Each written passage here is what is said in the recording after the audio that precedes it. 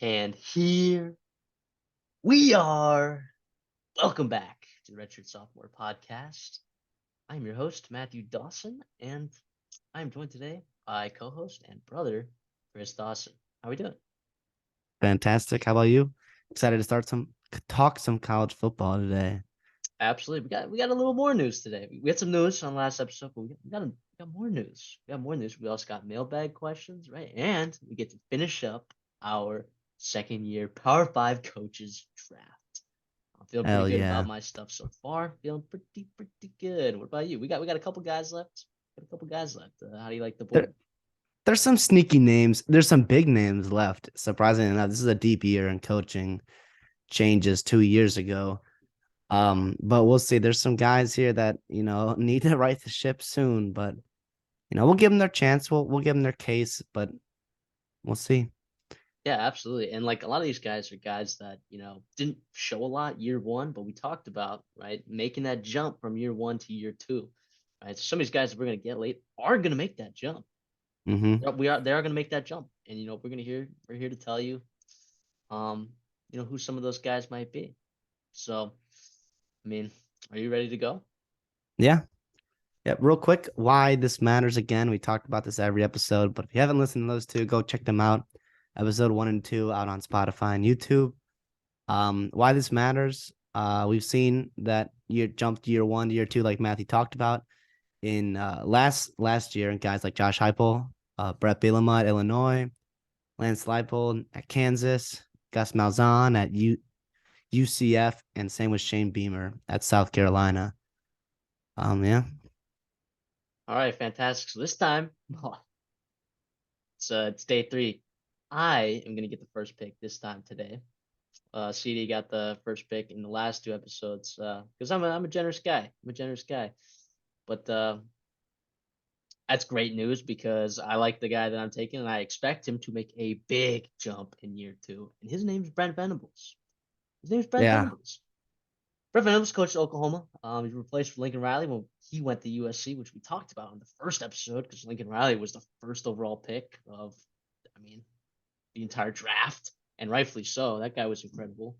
But Lincoln Riley did not leave Oklahoma in a terrible spot. He took a lot of transfers with him, right? Took a lot of coaching staff. Uh, So it's arguable that Lincoln Riley left him in a worse spot than when he left. But I mean, Lincoln Riley, he went 12-2, 9-2, and 11-2 in those 3 seasons before Brett Venables came. He still had some talent there. And they hadn't lost more than 2 games since 2014. So it came to a shock to a lot of people when they lost not 2 games, they lost six in the regular season. Then they lost their bowl game in a close game against Florida State. And I don't yeah, think I that's I necessarily think representative of how good that team was this year. no, I think Lincoln Riley did do a number on Oklahoma when he left them, but not enough to lose 6 games in the regular season at Oklahoma in the year. Well, yes, the Big 12, we saw like it was a deep conference, but there was not just this road grade, like 4 or 5 teams that were automatic losses this year. No, it was a pretty wide open Big 12, and they could have capitalized. And obviously they did not, and I left the door open for TCU and ultimately Kansas State to actually win that conference championship. Yeah, and they had a good offense last year. They ranked 27th in offensive efficiency last year in the country. Dylan Gabriel was a pretty decent quarterback when he played. He was pretty decent. When he's healthy, And yeah. when he's healthy, he's a pretty decent quarterback. And they have some weapons there. They really do. They lost Marvin Mims to the draft. That's a bummer. That's a big time weapon for them. But they also bring in Jackson Arnold, which might be the saving grace for Brett Venables, who was a highly sought after quarterback recruit that they happened to land. I believe he was committed to Baylor beforehand, right? Am I correct by that, or am I thinking of someone else? Um, I think you're thinking about Austin Novosad, I who am went thinking over about to Austin. Oregon. They've had Yep. Arnold in the fold for a while now. Back when he was like a mid-tier 4 star, he was still a highly rated guy. Obviously, being recruited by Oklahoma, you're not, being overlooked. But he didn't really blow up until after the Elite 11. People got to see him in camps more and playing his senior season. And people were talking about him as right there with, you know, Arch Manning and Malachi Nelson, Nico Lamietta, and all those guys for that number one spot for the quarterback in the deep quarterback class this cycle. Yeah, and he had a fantastic spring game. He had a fantastic spring game. So like, if Dylan Gabriel can't stay healthy, it's not necessarily the job could be up for grabs if Jackson Arnold proves himself in those opportunities. But I'm still high on Brent Venables. I'm still high on Brent Venables. They still have Jeff Levy there, who's the OC at Ole Miss for a couple years with Lane Kiffin. Did a great job over there at Ole Miss. He's still cooking over there. Still cooking over there. They got Ted Roof as their defensive coordinator. I mean, he's got a lot of high level experience. Wasn't a great defense last year. Sure, they ranked 45th in defensive efficiency, right, which accounts for strength of schedule, but they're 99th in points allowed per game. That's not Brent Venables. That's not his. And his that's MO. not Brent Venables, who was former defensive coordinator at Clemson. He was a Royals Award winner in 2017. He was the best coordinator in college football for 5 years. When there was Kirby no Smart went over to Georgia. That's what I'm saying. Yeah, exactly. And then Jeremy Pruitt had his thing at Tennessee, and yeah. Look, you gotta believe that Brent Venables is going to turn around that defense, and I think the Big 12 takes a step down this year. Their over/under win total last year was 9.5. They didn't meet that, but it's still 9.5 again as we come into this upcoming season. Oh, that's so. And which is pretty crazy, but it's also four more wins. That's 4 more wins. It is 4 more wins, which is a lot to ask for. But they also played a lot of close games this past year. They had injuries with Dylan Gabriel at quarterback. And when you bring in a guy named General Booty at quarterback, if his name is General Booty, I mean, I don't know whether that's a fantastic thing or if that's you're in some serious trouble. And they were in some serious trouble when he came into the game. So, yeah, that's I like Brent Venables over these rest of these guys that are on the board. So I'm okay with that pick. I'm okay with getting him this late too. Yeah, I think he did a great job in the portal too, and in the recruiting class this cycle, especially on the defensive side of the ball. He knows that's his MO. He needs to have a good defense for Brent Venables' culture to set in, and he did that with I'm gonna botch this name. It's Adepoju Adebawar.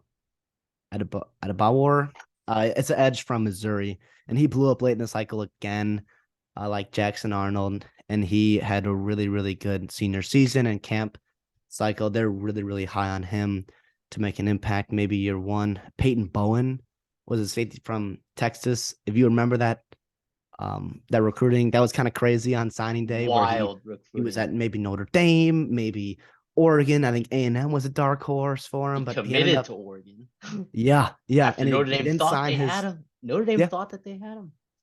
He didn't sign his NLI, and then ended up back at Oklahoma. But anyways, nonetheless, he's still a really talented player, safety there. And then defensively in the transfer portal, Dayson McCullough was one of the early big time gets that was kind of a marquee free agent, I guess you could call it, in the transfer portal from Indiana. He actually teams up with, I believe, his brother is coming in as an incoming freshman with Oklahoma. He had a monster freshman year for Indiana, of all schools, and in a school like Indiana, you're not going to keep a freshman All-American like Dayson McCullough. They brought in a couple defensive linemen, Jacob Lacey from Notre Dame, Davon Sears from Texas State, Dejon Terry from Tennessee. So they know where their weaknesses are, and they tried to fill them. So credit to him. I would have taken him with my pick, but you snagged him. That was the right pick. Yep. All right, moving on. You're on the clock. What are you taking?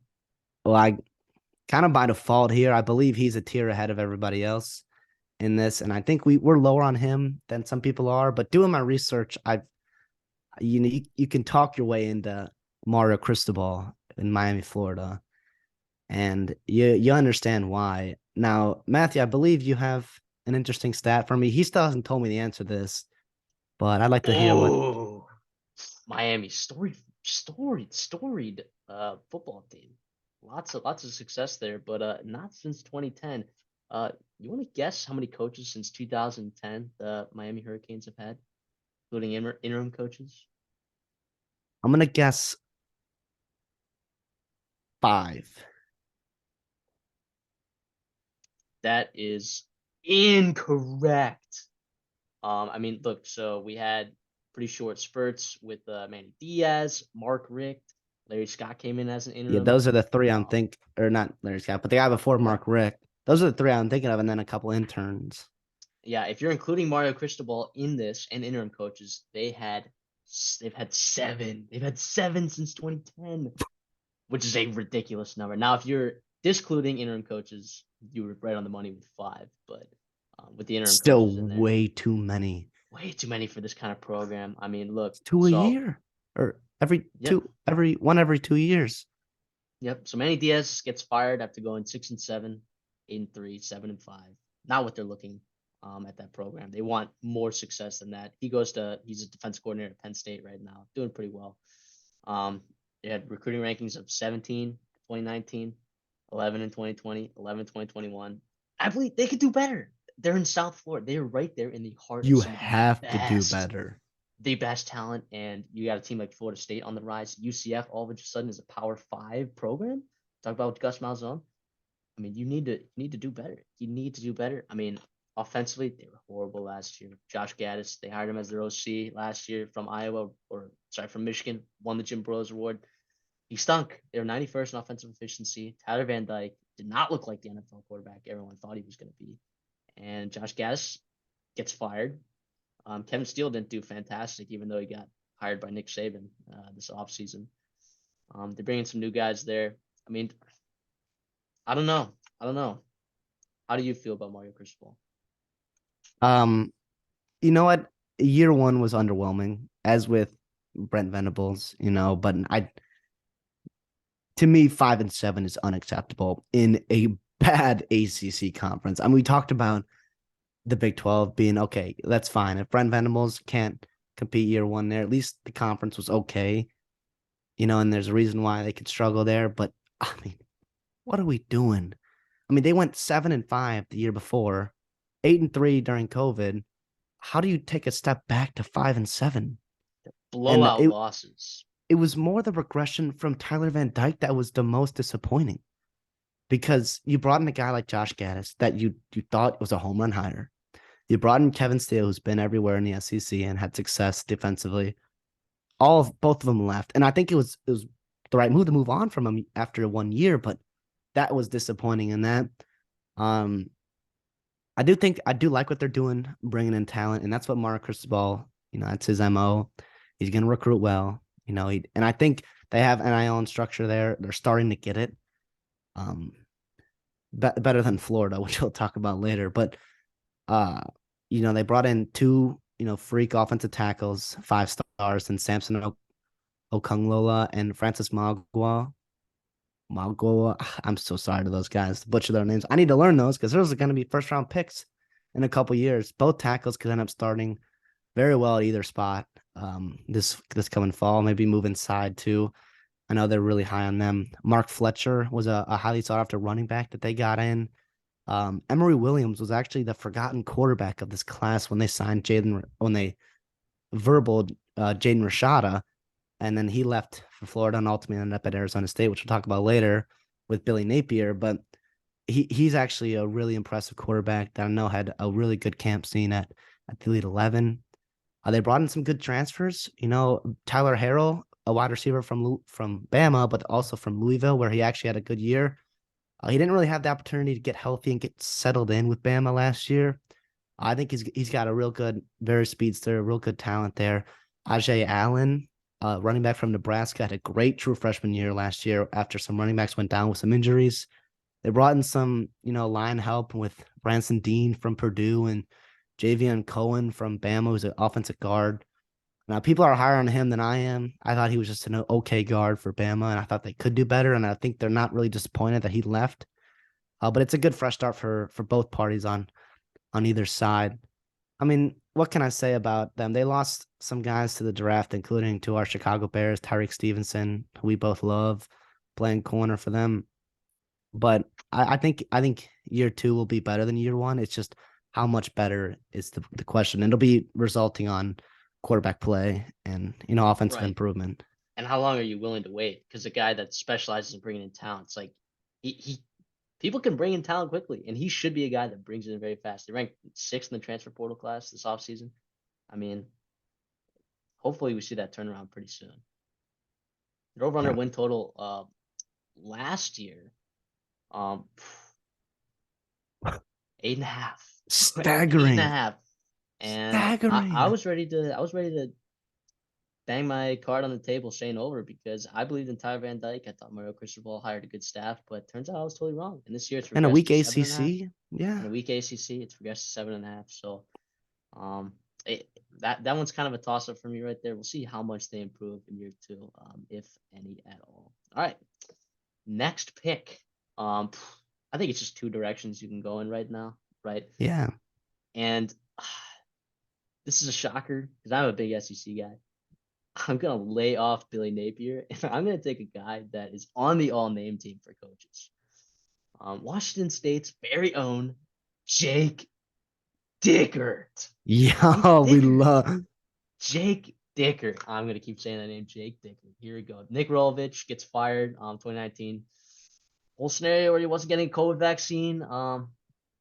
And some of his assistant coaches got fired as well for that. But he didn't really do much there anyways. He went 6-7, 1-3, 7-6, right? Nothing. And obviously, they can't do a lot of recruiting. They don't have a ton of resources. They went 67 ranked recruiting wise in 2019, 60th in 2020, 62nd in 2021. So it's just there's not a lot of resources there. But Jake Dickert comes in, okay, brings in Eric Morris, who was coaching at uh, I'm gonna blank on it, but at the Incarnate Word. Mhm. Sorry With for Cameron Ward. blanking on Yeah. that.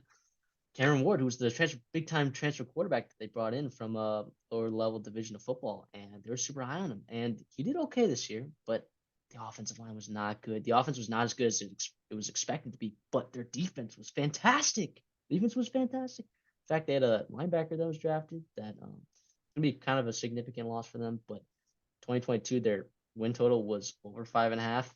I was banging my card at the table over, and of course that hits. They went 7-5 in the regular season. Lost their bowl game, I believe, to go 7-6 to finish the season.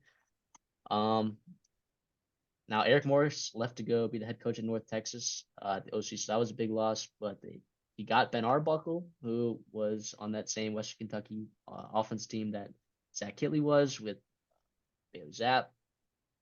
But again, he's another guy that was coaching high school like only just a few years ago. So it's that one's kind of it's hard to really buy into the future of Jake Dickert and what he can do there, but I know that he's got some guys bought in. Absolutely. His transfer rank, they ranked 62nd in the transfer portal. Again, it's hard to bring in talent there, and it's gonna be a very, very tough Pac-12 this year. Because I believe there's just a lot of great quarterbacks. But from what I saw this year, that is the reason that I am very confident in him. Now, I might be more confident in Billy Napier's future in terms of the resources that he's going to be allocated at Florida versus Jake Dickert here, but I'm okay with this. I am okay with this. I don't hate this either. I mean, I would have taken Billy Napier just because it's Florida and he had success at Louisiana, and I believe in him as a person and his coaching philosophies. But I don't hate this at all. I think Jake Dickert, I think he's gonna have to model his program off of kind of what our guy at Oregon State did, Jonathan Smith. They can like just slowly build up to get into a consistent team in the Pac-12, maybe that tier 3 team in the Pac-12 where they can thrive, win 7, 8, maybe pop off for a 10-win season every once in a while. To be honest, what I miss about them was just they used to just have just such elite quarterbacks. You're watching late night football, just iconic college football quarterbacks. Obviously, everyone loves You're Gardner watching a Minshew. Mike Leach offense just sling the Yeah, ball around the yard. Oh my yeah, gosh. That was a and treat. That was a treat. you're just sprinkling the over. It's like it's gonna hit because it's Mike Leach. Yep. But they had Gardner Minshew. Before that was Luke Falk, who was awesome, and even before that, Connor Holiday. He was actually a real good college quarterback for them too. So they went on a run there of 7, 8 years of just great quarterback play. And I hope they're hoping, like you said, Cameron Ward gets them back to that, and because that was a big time pickup for them last offseason. So we'll see. I know I'm rooting for him out there. Always love to see a late night, Pac-12, Hawaii, I'm those too. West Coast teams. You So know, this was a more of me rooting for Jake Dickert pick than it was um really. I'm not gonna say that Billy Napier's gonna be better because I think Billy Napier's tenure there could go terribly wrong there. It was like a he's safer got a pick. shorter leash than the Dickert for Yeah, sure. it was a safer pick. It is what it's gonna be for me. So Well, yeah, because we could look down 5 years from now. Dickert could still be at Washington State, and maybe they never win more than 8 games. But Billy Napier is coaching at, I don't know, uh, Incarnate Word or Sam Houston State, yep. something like that. Yeah. Speaking of Billy Napier, Yeah, is that gonna be your pick? it is. I mean, it's him or the Virginia guys, and I just can't buy in to either of those teams. In Virginia and Virginia Tech, so I'm gonna go with Billy Napier. You know, year one was underwhelming to say the least, especially with the talent they had in Anthony Richardson and a couple of other offense or NFL draft standouts in Gervin Dexter, Osiris Torrance, the offensive guard, their defensive leader, Ventrell Miller. That's a big loss they got to replace. Yeah, And and let's just remember Billy Napier, he's following Dan Mullen, who's in his own right a fantastic coach in college football. Just his only knock was recruiting, and Florida didn't believe that they were going to compete at the level that Georgia is competing at due to well, that fact. But Dan Mullen, we went 10-3, 11-2, almost beat Bama in the SEC they championship should game. have beaten Bama. They I don't should know have that they beaten should. Bama. I don't know that they should have. It scored a touchdown late. Well, Whatever. yeah, but remember that big hit by John Mechie, Oh who's my back, by the way, goodness. after battling, I think it was leukemia, which is awesome. He'll be a nice addition for CJ Stroud in Houston, but that changed that game. And who knows? But the tenure of Florida right now, Dan Mullen was never going to last in the SEC at that level just because he doesn't love to recruit. And what it's turned to today. But Billy Napier does love to recruit. And I don't know if we saw it quite as much as you'd like. In year one, they ended up with the 14th rated class. A recruit wise, they had the 18th ranked transfer. I like their transfer portal class.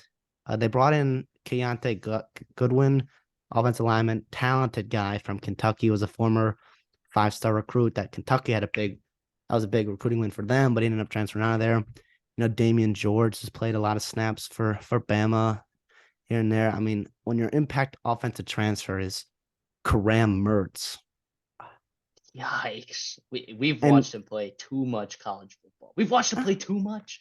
Just leave. Just get out of there so I don't have to watch another stinking game. And I and watch SEC football all the time. I'm gonna have to sit there and watch Graham Mertz. Now, I love the expert analysts going, oh, his game, he's really about the process. He's a really great processor. With what? His play action pass? Handing the ball off 28 times a game? Like what kind of processing was he doing in that offense over there with freaking Paul Creed? What was Paul he Chris, doing? and it was we loved us as a Minnesota fan. You loved, having all the Wisconsin fans and the Big Ten media guys drinking that Kool-Aid of Graham Mertz. Oh This my is the year he makes goodness. that step. This is the year you've seen it in practice. He had a great spring. Blah blah blah. They're bringing in these wide receiver recruits. No, every year it was the same Graham Mertz, and there people are calling him. "Hey, he's gonna be Joe Burrow this year. Change of scenery is good, and I hope so. I really do, just to stick it to Wisconsin. But I don't see a realistic scenario where Graham Mertz leads Florida to 8 wins. I really don't. I don't think they're not even going to make a bowl game. Their offensive line took a huge step. They arguably had a great offensive line their offense last year. They ranked 22nd in the country in offensive efficiency last year. That was fantastic. Now the defensive rating, efficiency wise, right? Obviously counting for strength of schedule, was 59th. But oh boy, rush defense, they were 100th in the country in run defense. And And that's allowing that's with 170 Ventrell yards per Miller game. too. And Javon Dexter, who did they use him They used necessarily him wrong. They properly? used him wrong. Again, that's another That's Billy another guy Napier where it's thing, like, do you want your guy who's like 320 plus pounds? Do you want him playing a yard off the ball, or do you want him getting in their face? Again, that's a coaching thing, which is pretty crazy. That I would not have expected that from Billy Napier. But I mean, Yeah. and also earlier you mentioned something about like stuff about NIL, right? And what's going on over there, and Jaden Rashada. How about you expand a little bit more on that as well? You can't have a Billy Napier segment without talking about NIL, okay? And because that's what we are in college football. And it was just more so the national fiasco that went on with Jaden Rashada. They fought tooth and nail to get him on campus and to get him to sign over Miami, over in State Miami. I know A&M wanted him bad. A bunch of other schools trying to get him, really talented player, and they botched it. I don't know. I know it wasn't necessarily on Billy Napier for having that contract fall through. Part of it's on Jaden Rashada, in my opinion, for signing that contract and whatever. His Is dad that I yeah, believe was making negotiations, but like yeah, that whole that thing was a mess. yeah, and but the thing is whether it's Billy Napier's fault or not, if you're a high school kid, right? If you're a 17, 16, 15-year-old kid, you know about that. You knew exactly when it went down. And now the stereotype around Florida, it's gonna be hard for them to go into those battles where NIL is a big deal and come out victorious where the recruits trust them. Recruiting is all about relationships and trust, right? And Yeah. not and I My think that worry also transfer portal. How about retention of players? That's a big thing, right? How do you keep players on your roster from getting poached by bigger programs? also true. NIL is a big deal in that. So do these guys in the program right now? Do they trust him? Well, not Billy Napier, right? Obviously, this doesn't have a whole lot to do with Billy Napier, but it's just the Florida program in general, which is why the safer pick in my eyes was taking Jake Dickert, even though the higher upside is Billy Napier. Obviously, I think he's a good coach. Comes from promote or He was at Bama. he was at Bama. He did a fantastic job there. He was at Louisiana, where he won I don't know how many Sun Belt conference championships and coaches of the year in Sun Belt. He was Mm-hmm. fantastic. He's a hot hire. I thought LSU should have hired him. I was shocked when Brian Kelly got moved over from Notre Dame. So Yeah. I thought this was a great hire when they hired him. Didn't really see it last year. Their over-under win total this year's 5.5. They're not expected to make a bowl game, which I'm with that. I mean, 5.5, that feels low for a Florida team, but it doesn't feel low enough. And this year, That's I a mean, great line. I think that's a great I line. think it's a great line too. I think it's a great line. So, anyways, enough of that. We're down to our last two guys. I'm just gonna get it over with, rip off the band-aid. I'm taking Brent Pry, Virginia Tech. They were horrible last year. They were horrible. Justin Fuente, who they thought was gonna be great, they mutually parted ways, right? But like recruiting, it's not that good. They're not doing a great job there. Now Brett Pry himself as a coach, he's a fantastic defensive coordinator. He coached at Penn State for a number of years. He was really good there. At Vanderbilt, did a good job in those early 2010s teams that, with Jordan Rogers and Jordan Matthews. Those are some good teams that had good defenses. Um, Including players like he's current defensive coordinator Chris Marv, who played at Vanderbilt. Who was Mississippi State's offensive run game coordinator over at and at Florida State, Mississippi State and Florida State. He did both of those things. So their offensive efficiency was 106th in the country last year, and it's not going to get better, man. Their offensive line was question mark last year. It's more of a question mark. There's no depth. They brought in Kyron Jones, who's transfer quarterback from Baylor. Didn't really see the field. It's a meh. It's a meh transfer. It's meh. Very meh. In terms, they were 40th in transfer portal rank because they got some receivers, including Allie Williams, who was first team All Sun Belt, receiver from Old Dominion, I believe. Someone fact check me on that. Yeah. Anyways, but Grant Wells, who I thought was a pretty good transfer from last year, coming from Marshall, was horrible last year. 59% completion percentage. You're like, oh, he must have been pushing the ball down the field. No, 6.5 yards per attempt. Throwing the ball downfield. You're not pushing the ball down the field. They're 9 touchdowns to 9 interceptions. That's bad, and it didn't help that they were getting the ball on their own 20 every single time. So I think Brent Pry is a great coach. I'm just not very high on the direction of this program, and I would love Virginia Tech to be good, right? I would love Blacksburg, Virginia to come back.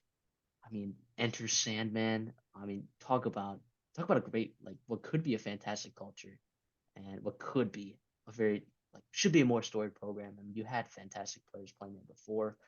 I mean, you had the Fuller brothers. I mean, you had the Edmonds brothers. You had Michael Vick back in the day. This program should be better, and we're all disappointed that it's not.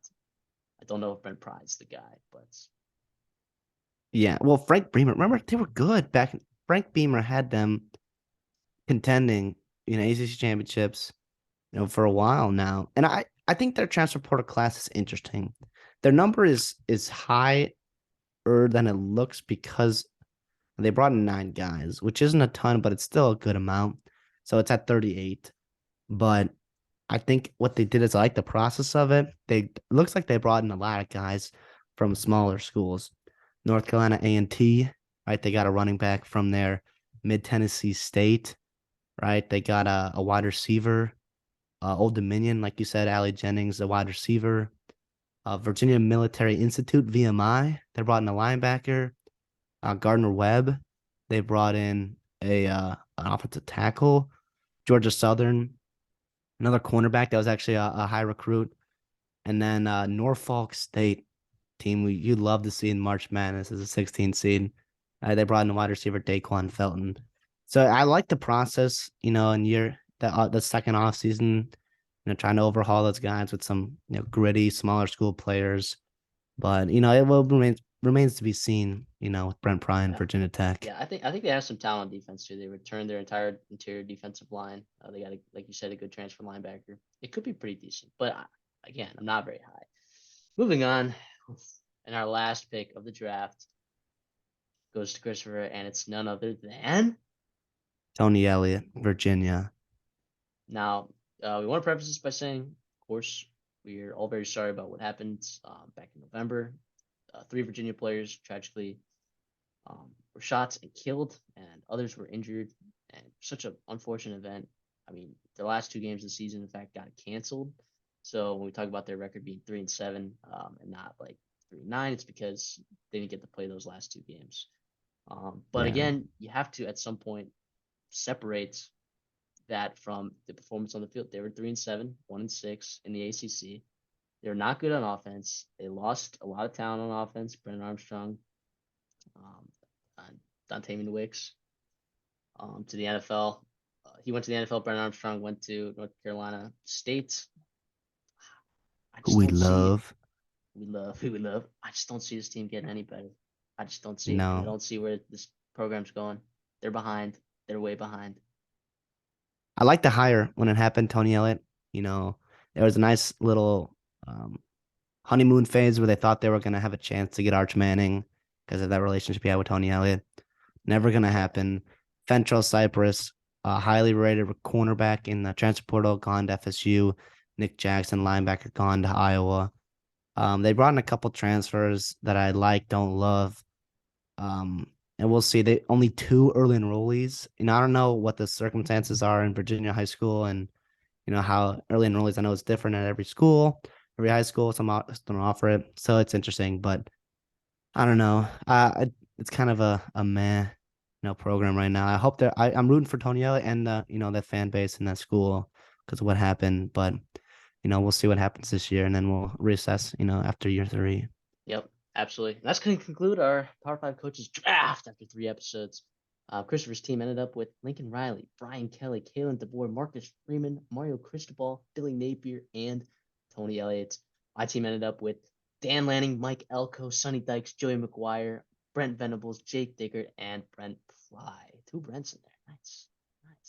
All right. Well, anyways, let us know who won. I don't know. It's pretty close. All right. Moving on. Let's move on to our mailbag question of the day. Thank you, Noah, for submitting this question to the email. The email is again the Redshirt Sophomore @gmail.com. Feel free to send in questions, and hopefully we'll get to those if they're good. Again, we want to talk about what we want to talk about. Noah says, "Howdy, fellas! Congrats on getting the pod rolling. Long-time listener here, and I had a question. With all the overhype of Deion Sanders this year, what are your realistic expectations for Colorado this fall? Thanks, guys." Well, CD, you want to touch on this a little bit? I think Vegas kind of really killed the buzz. In the offseason they had, everybody's like, "Oh, let's go Colorado." They've overhauled the roster. Their over-under is 3.5, and I think that's about a good line. To be honest, I think the under is a smart play there, even though it is juiced. But it's juiced to the under. I think it's interesting. The hype around the program, you just love to see it. Deion Sanders, I was excited about the hire. I mean, if you look at their schedule, it's a gauntlet. Their out of conference is at TCU, Nebraska at home, and Colorado State rivalry game. And then they go and play in a good Pac-12 like we talked about. They got Oregon, USC, UCLA, Utah. I mean, it's going to be hard to find 3 wins. You're looking at Arizona, Washington State, Stanford, Arizona State, Colorado State, maybe Nebraska. But Nebraska will be a home opener. That the lowest ticket for that Nebraska game is $281 right now. That's That's just a lot. that's the Deion Sanders effect. If you look at their tickets for the year, their away games are like $40, $48, whatever it is. And then their home games, $200, $280, $190. It's awesome. I Yeah. think their coaching staff was real quick, their coaching staff, I think he did a really good job. Charles Kelly from Bama, Nick Williams, defensive line coach from A&M. They brought in Sean Lewis, who was the head coach at Kent State and became the offensive coordinator at Colorado. And he brought over the O-line coach, had a good transfer portal with them. Bill O'Boyle, that was the O-line coach, followed. And then Tim Brewster, who's been a head coach at Minnesota before, a tight end coach that developed Kyle Pitts. We'll see. I'm rooting for him, but they'll be a fascinating team to watch. But I don't think if they make a bowl game in November, if they're competing for a bowl game in November, I will be shocked, and that's the best case scenario, I think. That's best case scenario. I think they added talent, like you said. They have a great coaching staff. It might not be year one, but would not be surprised if 2025 you saw some uptick because he'll be a second-year coach. What do you know? Yeah. All right. Awesome. Thanks, Noah, for your question. Again, if you want to submit another question, the Redshirt Sophomore at gmail.com. That's it. It's that easy. We'll read them. We read them all. All right. Well, thank you so much. Anyways, next topic. Big Ten schedule for 2024 came out. CD is a huge Big Ten guy. If you didn't know, he's a Minnesota student. Golden Big Ten Gophers. guy. What do you? So there's gonna be 3 essentially games that for 2024 and 2025, because that's the only schedule that they announced. You get at least, well, you can get protected rivalries, which are guaranteed through basically the rest of whenever they want to change this. But you also get 2 play games, which means it's basically a home and home for 2024 and 2025. So the numbers are kind of uneven there. Iowa gets 3 protected rivalries, which is pretty crazy. Minnesota, Wisconsin, Illinois, Purdue, and Michigan also get 2 protected rivalry games, and everyone else gets only 1 or 0. So what are your thoughts on all that?